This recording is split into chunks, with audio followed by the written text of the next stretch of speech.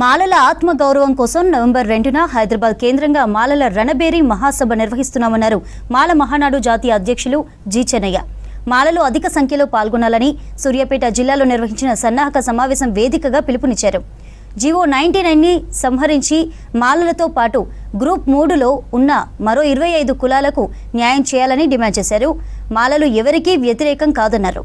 తమ అస్తిత్వం కోసమే పోరాడుతున్నట్లుగా చెప్పారు చెన్నయ్య.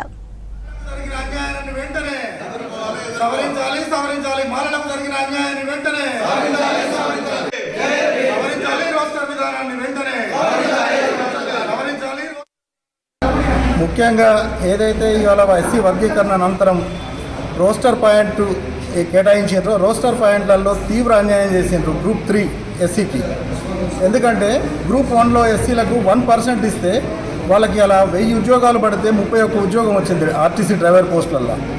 అదే గ్రూప్ 3లో 5% ఇస్తే 28 ఉద్యోగాలు వచ్చినాయి. అంటే సింపుల్గా మనం ఇక్కడ ఎట్లా అన్యాయం జరిగింది అనేది సింపుల్గా చెప్పవచ్చు. 5% ఉన్న వాళ్ళకి 28 ఉద్యోగాలు వస్తే 1% ఉన్న వాళ్ళకు 31 ఉద్యోగాలు వచ్చినాయి. అంటే రోస్టర్ విధానం అనేది తప్పుల తడకగా ఉందనేది ప్రభుత్వం కుట్రపూరితంగా చేసిందనేది మేము ఈ సందర్భంగా తెలియజేయదలుచుకున్నాం.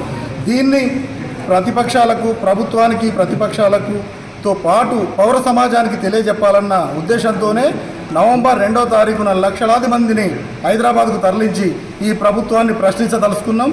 మాలలకు జరిగిన అన్యాయం సుప్రీంకోర్టు తీర్పు ఇచ్చిందంటే తీర్పు ఇవ్వలేదు, తీర్పు సూచనలు ఇచ్చింది. ఎస్సీ వర్గీకరణ చేయమని ఎక్కడ చెప్పలేదు. అంతా రాజకీయ నాయకులు దతాయి ఎస్సీ వర్గీకరణ చేయొచ్చు అని చేసిండు, వర్గీకరణ చేసిండు. దాంట్లో వర్గీకరణ చేసినాక మాలలకు 5%, మా సోదరులకు 10%.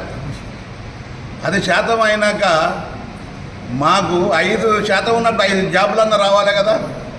ఒక్క జాబ్ కూడా వస్తలేదు, ఒక్క జాబ్ వచ్చింది.